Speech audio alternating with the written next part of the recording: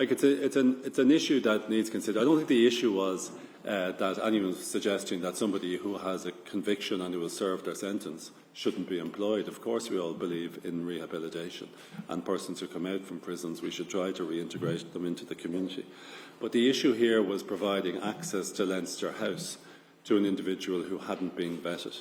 And in those circumstances, I think Catherine should have ensured that there was proper vetting done, as opposed to just giving a daily pass to the individual coming in.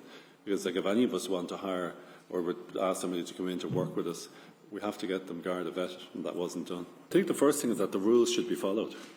And in terms of, we can put in place a whole series of rules, but you're dependent upon members agreeing to the rules that have been put in place. And unfortunately, when rules are in place, if they're not followed, there can be very negative consequences from that. There were rules in place and they weren't followed, and I don't think that's acceptable in this circumstance.